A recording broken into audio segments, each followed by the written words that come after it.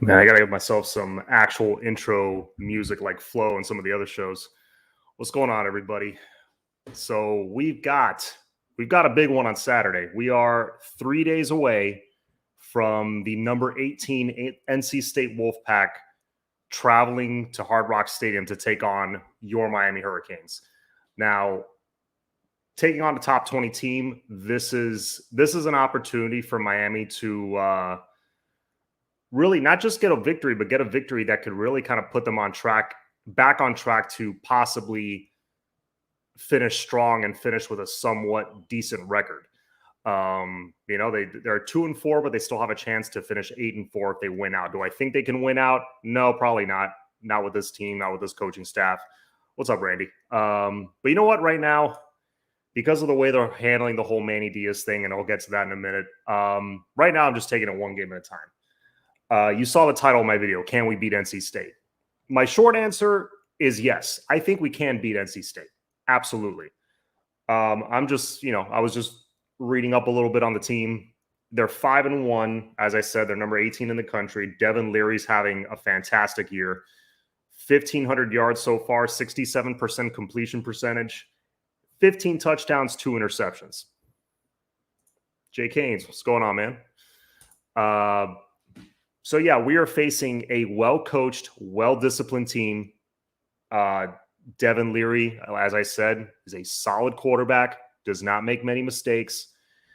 Zonovan Knight, solid running back. He has over 500 yards already for the season, averaging over 6 yards a carry and 3 touchdowns so far this year.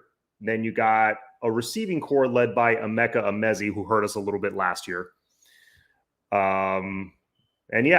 So there are definitely ways we can win this game. Les, what's up? John, we're getting destroyed Saturday. Jay Canes, yes, we will get destroyed if we keep playing the way we've been playing. And the reason why I believe we can absolutely win this game is because if you look at just one thing on this team, and that's the tackling, if we had just decided to wrap up when we hit Sam Howell or any of their other players, but specifically Sam Howell, because I believe he scored 3 times on the ground and all of them were off of broken tackles. If we just decide to wrap up when we hit somebody, we not only would have beaten UNC, I think we would have run away with that game. So, yeah, let's see what he says. John, it was crazy what TVD said about NC State. I think that's just TVD, a young QB being confident. If he can back it up, I see nothing wrong with it, but that's the question. Can he back it up? And that's the other thing. Even with Tyler Van Dyke playing as bad as he did the first 3 quarters of Saturday's game, again, fix the tackling, and it's just a matter of going back to fundamentals and wrapping up when you hit the ball carrier. We would have won that game, even with the bad game that Tyler Van Dyke had. So that's why I believe, yes, we have a chance in this game. And watch, even if we don't win, there's going to be opportunities in this game to take control of it. He's getting himself hyped up. Yeah, as he should. Bosworth, what's up? What's up, Canes Nation? Yes, please hit that like button. UNC's not NC State. I understand that. They're a much better team. Any news on the meeting today? I haven't heard much. You know what? In case news drops as I'm speaking, let me open my chat. So no news that I know of, Terry.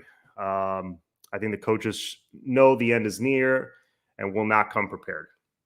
Yeah, it's a weird situation, which I'll get to right now. We can't coach and develop. I'm aware. I am aware. I watched Manny's pressure, and he was questioning about Bubba's missed tackles. He said, don't believe publications. We keep our own stats and don't make them public.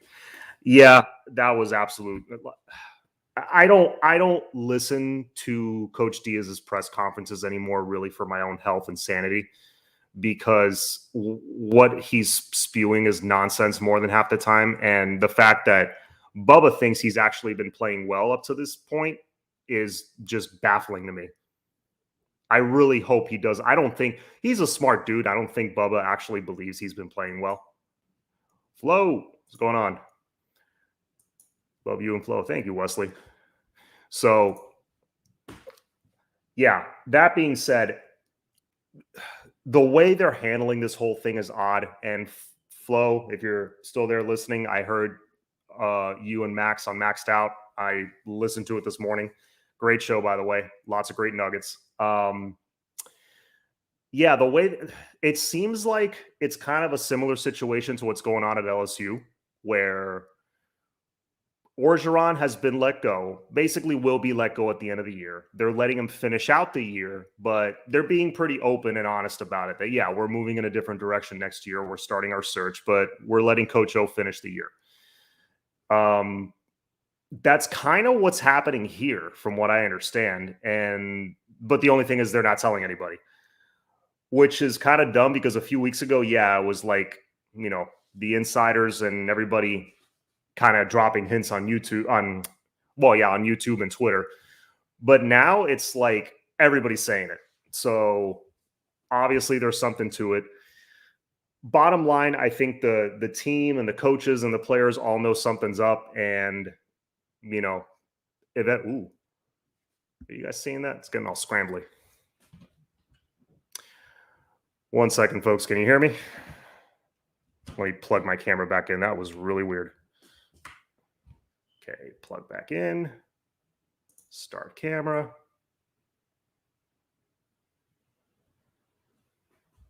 Hello. Oh, all right. I guess we're switching to this camera. All right, people. Sorry, if you've been watching the show, I've been having problems with my camera for the last couple episodes. I'm going to have to change that. Going to have to get a new one soon. But anyway, as I was saying, what was I saying? Okay, so the way they're handling this situation, if they just came out, I love what Flo and Max said last night. They just came out and were honest about it, that Manny will be let go at the end of the year. And, but we're letting him finish the season. We'll probably senior stealing your feed. Yeah, maybe. Somebody hacked the system. Manny's dad trying to stop you. Yeah, either that or I just need new equipment. Been planning on getting a new computer, new camera, new everything soon. So I think I should probably pull the trigger on that tomorrow. Anyway, so yeah, the way they're handling this is odd. If they just came out and said it, we'd probably treat it differently. We wouldn't be bashing Manny so much. We'd probably be like, you know what? Hey, do what you can this season, finish strong, try to win as many games as you can, and leave us in good, leave this team in good standing for next year.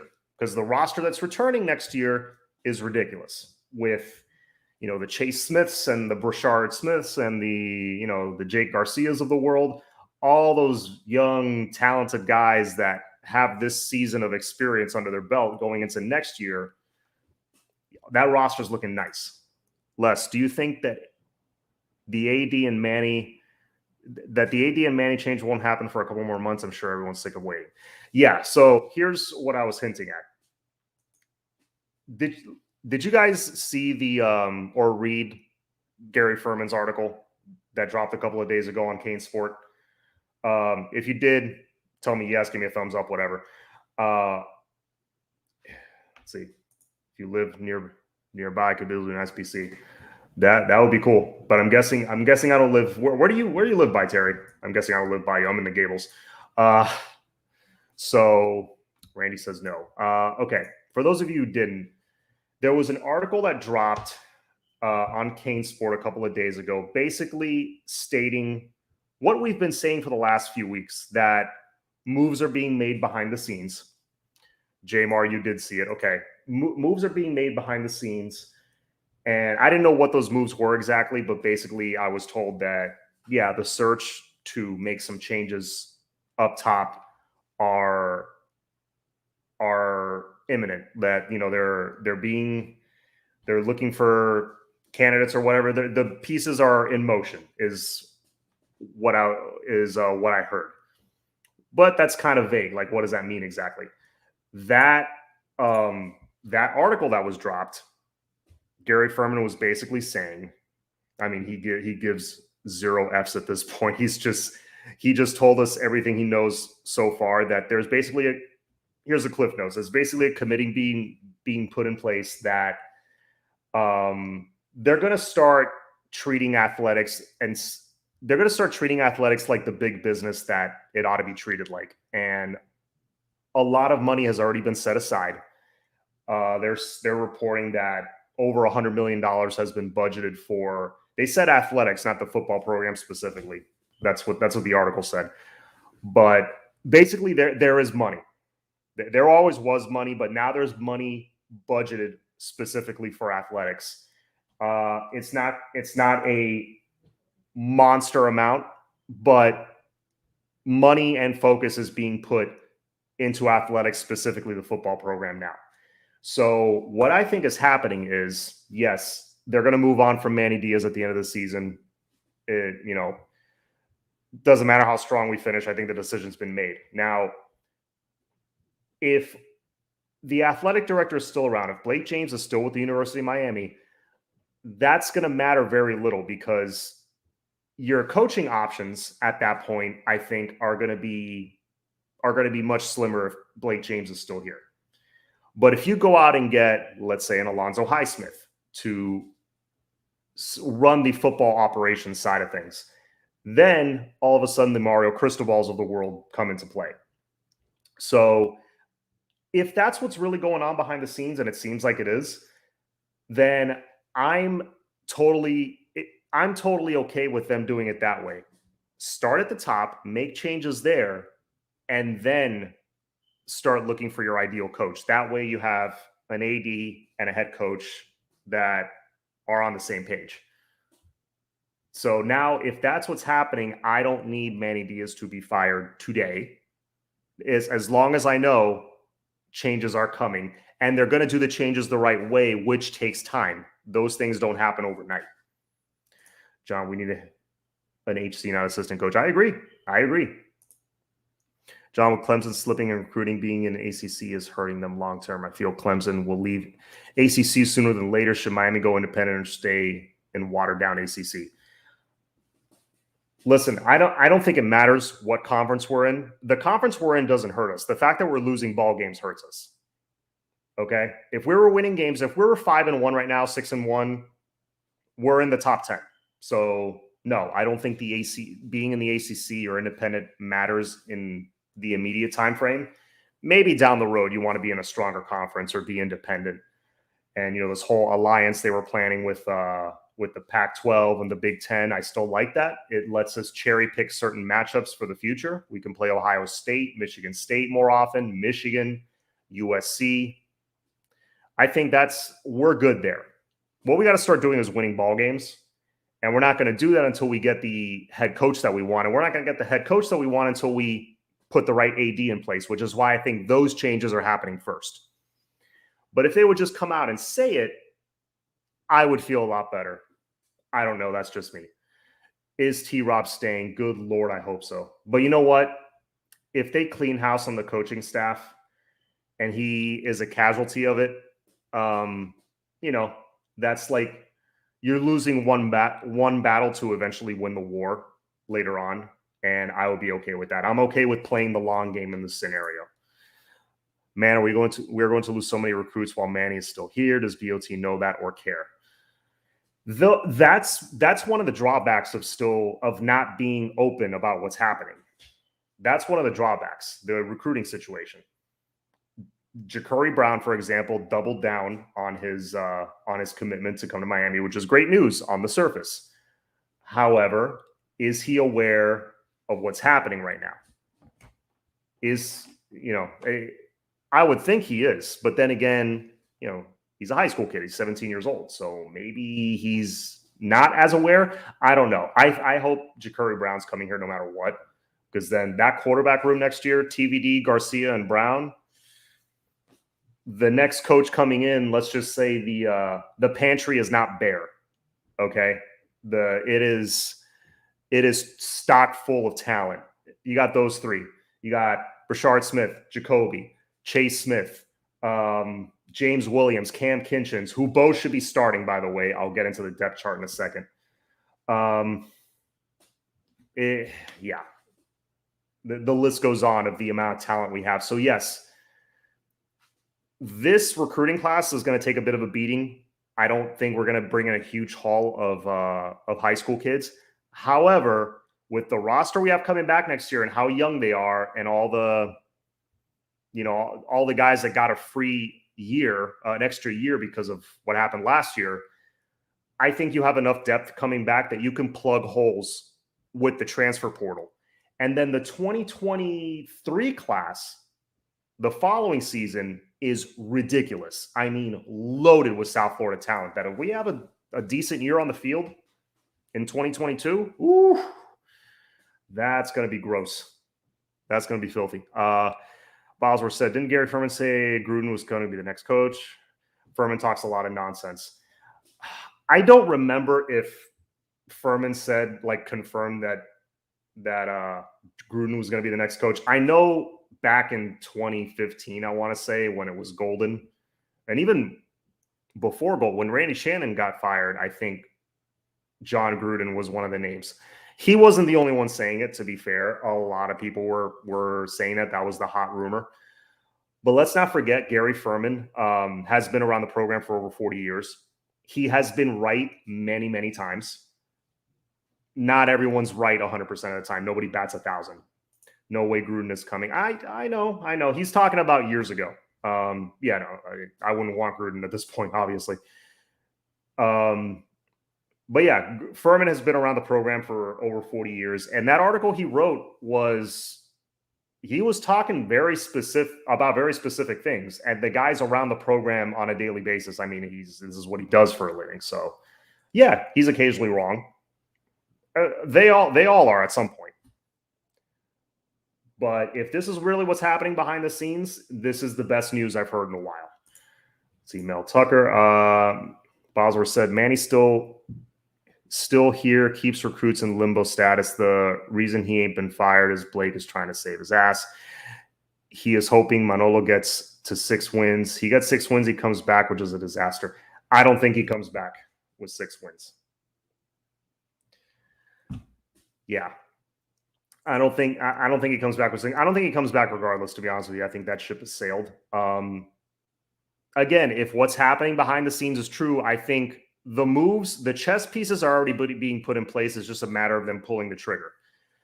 And, that'll unfold in the next few weeks or couple of months or whatever it is. And if that's the case, I'm willing to be patient. I'm willing to let the season play out. But then at the same time, if they don't just make the move now with Manny and put in an interim coach, then you can set certain things in motion. You could start looking for your next head coach. You can start recruiting for the next class. You can let them know now, hey, the staff is going to be a little different. The new head coach coming in, but you have time to still keep growing those relationships with recruits that are on board and the ones you're trying to get.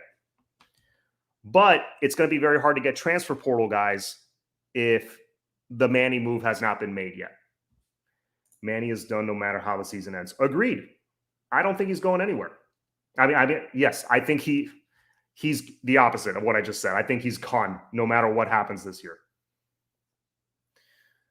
Yeah, so, while I'm on the subject here, 1 second. Talking about NC State. I wanted to look at the depth chart. Where do I have that? 1 second. Here it is. So did you guys see the depth chart that came out? I want to say it was 2 days ago. Cal Friedman on Twitter, who we had on the Flow Show on Sunday. He was great. Let's see. Supreme Goon. What's going on, brother? I will tell you what you missed. Basically, we're talking a little bit of NC State, even though they're coming in probably the best team we've faced since Michigan State or Bama for sure. I think we can win that game. My friend, if I can get the mouse over it. There we go. Chug Mo Beer. Thank you, sir, as always. John, what's up? Great show as always. Keep up the great work. Smash that like button. Support the channel. You family. Canes for life. Amen, brother. All right. So Supreme Goon, back to your question. What did I miss? So I believe we can beat NC State if we just decide to wrap up when we tackle. And we have actually a decent set of scripted plays when the game starts. So Tyler Van Dyke doesn't look lost for the first 2.5 quarters. If we come out of the gate and score on the first drive, we win, no questions asked, for sure. we win, and I don't think we'll know how to handle that as fans. Astefan, hey, you got a new camera? No, quite the opposite. I'm using my laptop camera because the main camera is malfunctioning on me. I thought it was the computer, but I think it's the camera. Whatever. I'm getting all new equipment soon anyway, but thank you for asking. No, I'm using the regular laptop webcam right now. Let me share this screen. Hang on. Since we're talking about the depth chart. Share screen. There we go. All right. Did you guys see this? Look at this doo-doo. Okay. Well, I like most of the moves they've made, but some I don't like. Okay, obviously Tyler Van Dyke starting. Running back room, Jalen Knighton starting because of the injury to Cam. By the way, prayers up for Cam Harris. He's out for the season. Hope he recovers. Hope he bounces back. You got Keyshawn Smith starting at receiver, Rambo on the other side. Harley. Okay, this is the first one I disagree with. Harley should no longer be starting. I'm sorry. He had his chance. He's blown it. He should be a backup. Xavier Restrepo should be the starter, and Brashard Smith should be splitting snaps with Mike Harley as the number 2. If anything, he should be getting like 75% of the snaps behind of the number 2 snaps behind Restrepo. They both should be getting more playing time than Harley. Let's see. Will Mallory, it should be Arroyo at this point. I'm sorry. Or at least 50-50 with Arroyo. I mean, we saw more Larry Hodges than we did Elijah Arroyo yesterday, and it's baffling to me. The guy blocks, the guy can catch, the guy can run routes. He's huge, he's fast. Why not put him in already? The O-line, it's as good as it's going to get. I'm fine with it. Defensive end, everybody's favorite, number 53, who didn't play bad against UNC. He's there. I would much rather see a more talented Chance Williams get some burn back there, and I want to see more Elijah Roberts. So, whatever. Whoever ends up getting more snaps, ultimately, there's what I care about. Defensive tackle, Ford, Nesta, and Harrison Hunt. Basically, those are the 3 guys rotating. Miller and Leonard Taylor backing them up. I'm okay with this because I know Leonard Taylor's going to get a lot of snaps, so him being 4th in the depth chart doesn't mean much to me. All 4 guys seem to be playing consistently, so that's good. And again, 2 straight weeks, Leonard Taylor graded out on Pro Football Focus as the number 1 defensive lineman on the team. So, take that for what you will. Other side, defensive end, Jafari Harvey had a huge play yesterday on a pick 6. Congrats to him. He deserves to be the starter. Striker, Amari Carter, absolutely not. He should not be starting. There was the play where Sam Howell, where the fight almost broke out in the end zone between James Williams and half the UNC roster. Amari Carter had a chance to bring Sam Howell down right behind the first down marker on 3rd and long, where we could have held them to a field goal. The game would have gone to overtime after that, and who knows. Basically throws, not even his shoulder, throws his back into Sam Howell, thinking he was going to knock him down. It did not work. James Williams earlier in the game did, kind of the same thing, threw a big shoulder into him. It didn't work. Amari Carter's done that too much this season. It's just bad play after bad play from him. Really, the App State game was his best game this year. Aside from that, he hasn't played great. So Gilbert Frierson should absolutely be starting at striker. I don't know what the hell they're doing there. He was the most consistent player on defense last year. I don't know why he's not starting. Middle linebacker, Corey Flagg, fine. I'd rather have like a middle linebacker by committee. Maybe bring in Corey Flagg situationally. I'd much rather see some Wayman Steed in the middle. That's just me. Keontre Smith was our best linebacker on Saturday. I'm glad he's back in there. He's going to be on a bit of a snap count, but he's going to play. Cornerback, Tyreek Stevenson, yes. Other corner. Now, here's what I don't like. Why is DJ Ivy's name in bold? I don't like that. You got to have Corey Couch, maybe splitting some snaps with Marcus Clark, but DJ Ivy should be after those guys. James Williams starting, no or next to his name. Very good. They finally came around. And at safety, Bubba Bolden. Okay. I don't know how many bad games this dude has to have. I don't know how many missed tackles he has to have for the coaches to see he is having a horrific season to his standard. Horrific season. You know who's looked great this year? Cam Kinchens, the guy right behind him. Why there's not at least an or between their names, or Cam Kinchens isn't starting, again, beyond me. Because Cam Kinchens might have been aside from Keontre, might have been the best defensive player from the North Carolina game. If you notice, I don't think he missed one tackle. And that's pretty much it. Ooh, Isaiah Dunson behind Tyreek. I like that. So he's going to play more. And here's another positive, two positives. Jacoby George returning punts. Love that. Kick returner. Finally, your boy, Brashard Smith, returning kicks. Thank God. All right. Let me stop that share. So I'm happy with most of that. I am not happy that Bubba's still starting. He should not be starting. I'm sorry. It should be Cam and James Williams. And then you're going to get Avonte Williams back. So that's nice. Right on cue. Anthony's saying, I just want to see Avonte Williams play. I hope he tackles better than the rest of our safeties. Yeah. Listen, I think Williams won't make that mistake again with that he did with Howell. Williams, Kinchens, and Avonte, they're all great tacklers. You need them in the secondary to prevent those big plays. Bubba said he'd been playing good. Yeah, I don't know why he said that. I see you drinking the Kool-Aid again. Maybe, but you know what? It's not so much that I'm drinking the Kool-Aid. I'm not saying there's a difference. I'm not saying we are going to win. I'm saying we absolutely can win if we do a couple of things better than last week. One being the tackling. And I know it looks like a huge issue, and it is. It's a huge issue, but it's not an unsolvable issue.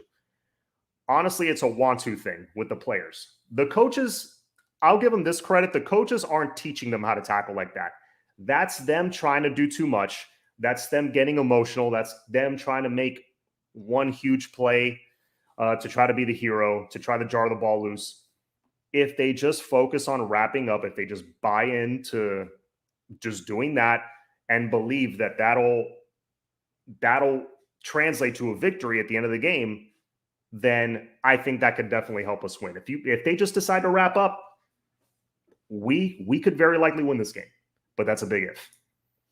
The sooner you cut bait, the better. Bring in Zoe as AD, Zoe basically begging for the gig. Get him in here, and he can bring an alpha dog as head coach. Yeah, this is what we all hope for. But bringing in new AD, if the pieces are being put in place, it takes a minute. It takes time.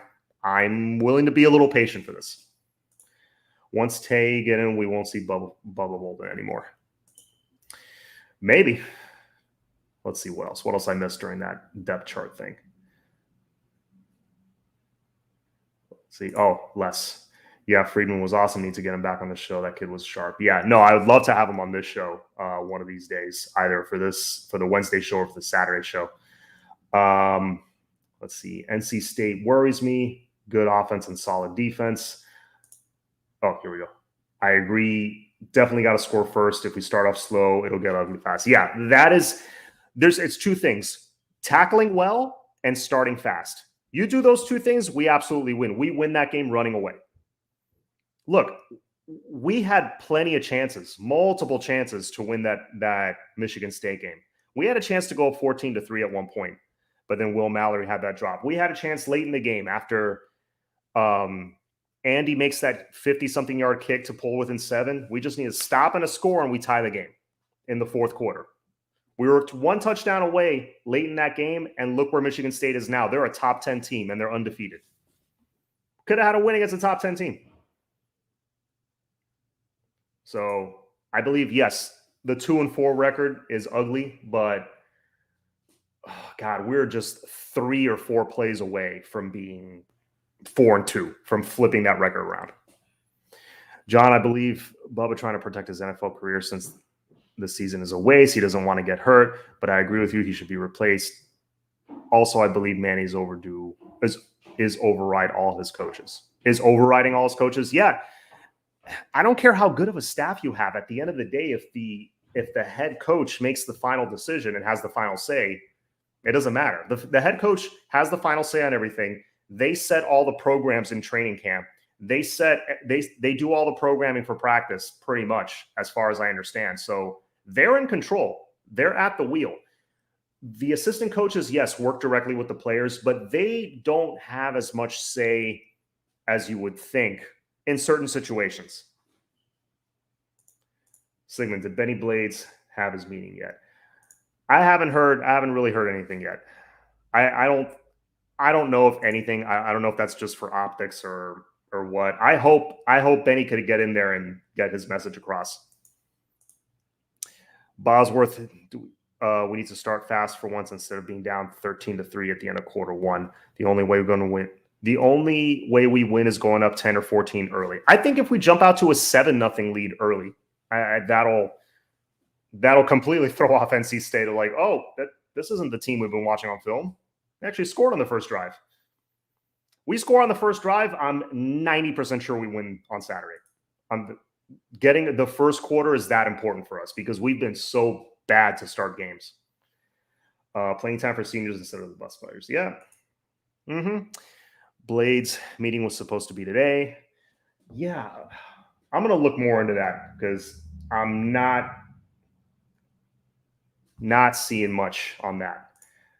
John, have you seen the TVD quote about NC State? Yeah. Thing is, I know he's trying to pump himself up, and he was very, we were talking about this earlier. Yeah, he's coming off as a little cocky. If he can back it up, that's fine. I'd rather him be that than the other way around. You know what I mean? I don't mind a little cockiness. Manny's a bad CEO. Yeah. Manny Diaz is a very good defensive coordinator, but that's about it. He can't be a defensive coordinator and a head coach at the same time. That's almost impossible to do nowadays. Steve said he counted 7 drop INTs against UVA and UNC. Yeah. Here's the thing. Drops have been an issue for this team for the last couple of years. And I said before the season started, if you guys remember, if they improve 2 things, if they clean up the drops and clean up the tackling, literally the 2 most fundamental things in football, catching the ball and bringing the ball carrier to the ground. The 2 most basic things in football. If you improve those things, not make them perfect, just clean them up, just improve them, get better. This is a 9 or 10 win football team just on that. Of course, I was saying this with a healthy De'Ara King and all. This is before the season started.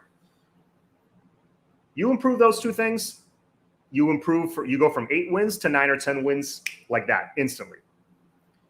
They have done neither. Okay. In fact, they've regressed on both. And not only have they regressed on both,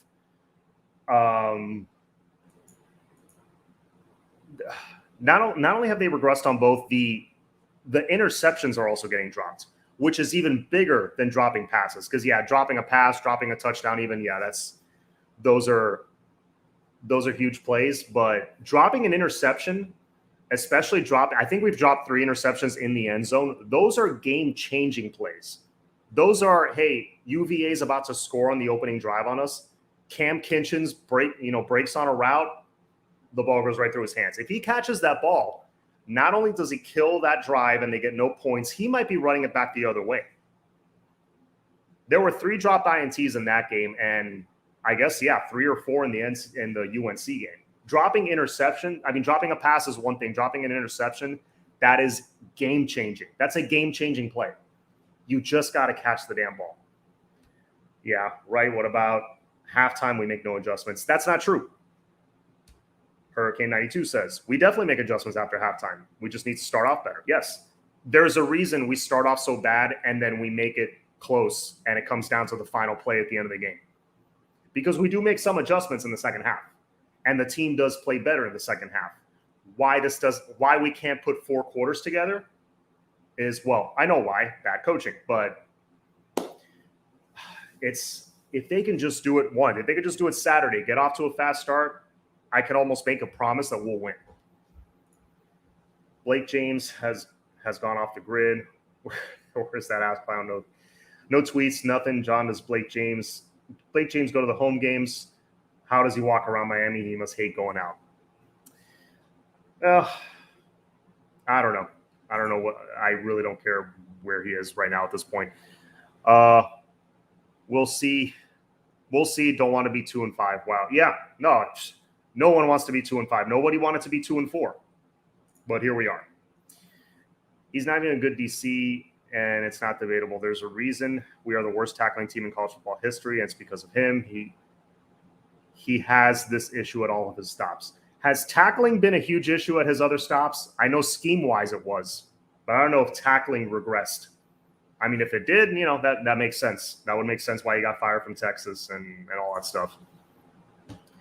If Blake fires Manny and pretends to care to save his job, what coach would want to come here as the same recognition to attract recruits?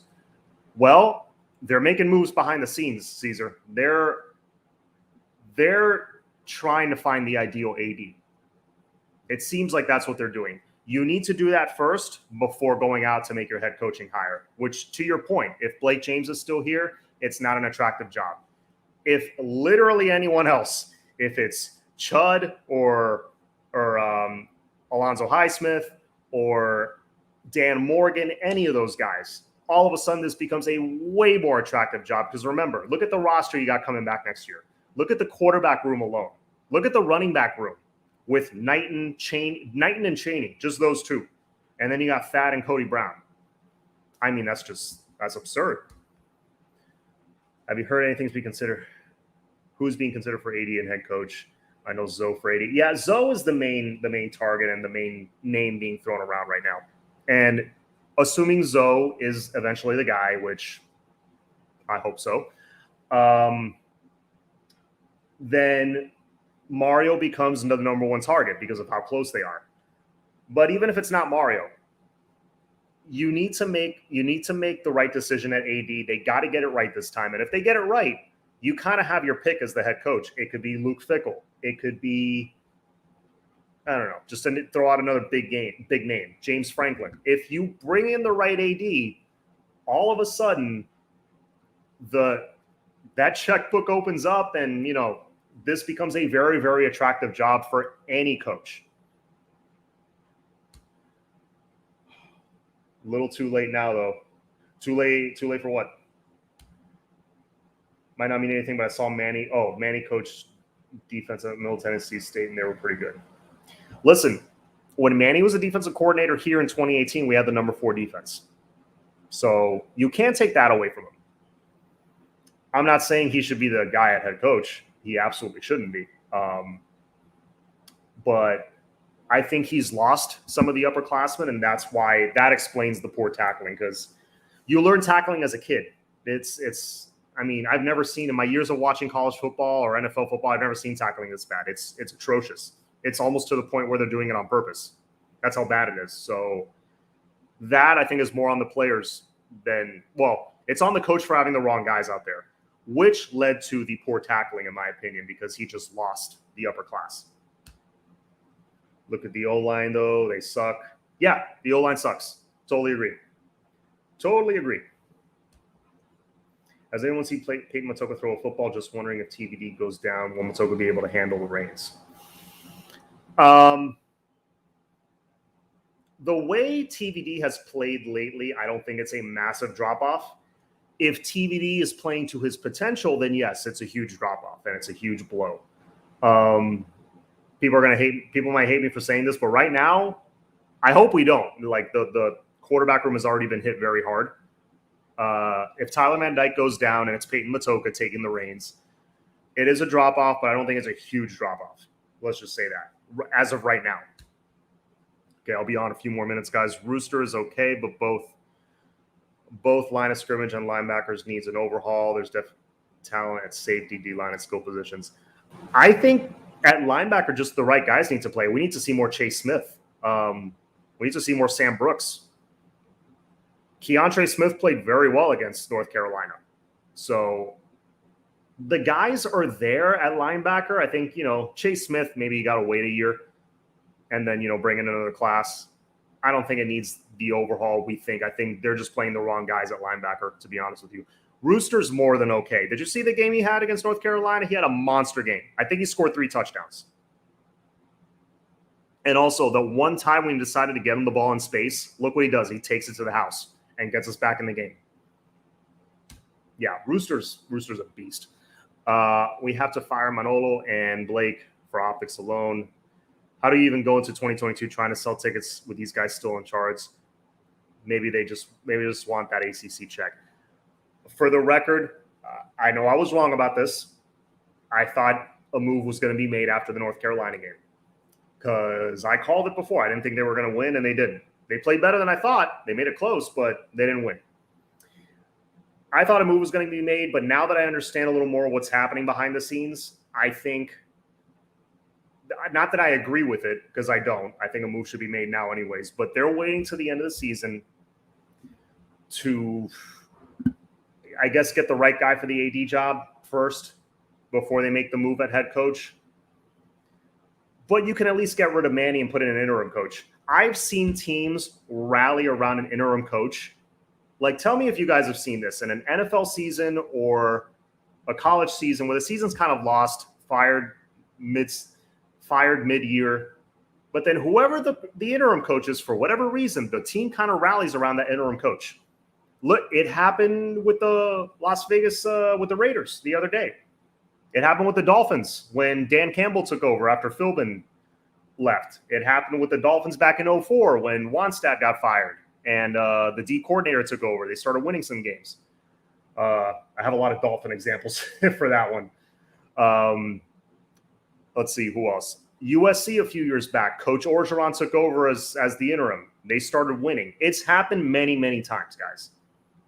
I would love to see that, but I think that's what their thought process is. Diaz lost upperclassmen. That's why they can't tackle. Is that what you're saying? He's lost a lot of the team. Yeah, because the not tackling thing, I don't think it's learned. I think they're trying to do too much and they're trying to, be the hero. They're freelancing. They're just abandoning what they've been trained to do, and they're just going for big hits. I know that's not what they're being taught in practice. That's not the kind of tackling drills they run. They don't practice throwing a shoulder into some guy's chest pad. I think he's trying to get them to tackle right, and they're not listening to him, is what I'm trying to say. Fire him, then what? Put Jess Simpson as interim coach, and you can start your head coaching search now. That's what I would say. Yes, Rooster is okay. Yes, Rooster is okay. Just hope they don't start running him up the middle. He's good running it up the middle. Was I watching the wrong game? He can run. I know he's a smaller guy, but he can run up the middle. Caesar Iglesias, what's crazy is that them young kids are rallying around Manny, and you see it with the close. Yeah, that is the weird thing. The younger guys are playing for their coach. I guess because those two classes, Manny was the head coach, and he was he was the head coach when they were getting recruited. Maybe that has something to do with it. I don't know. But anyway, guys, I think I'm going to end it there. I got 31 in the chat. Please hit that like button, hit the subscribe button. I apologize again for the mid-show camera switch, but it is what it is. Maybe someone out there doesn't like what I'm saying.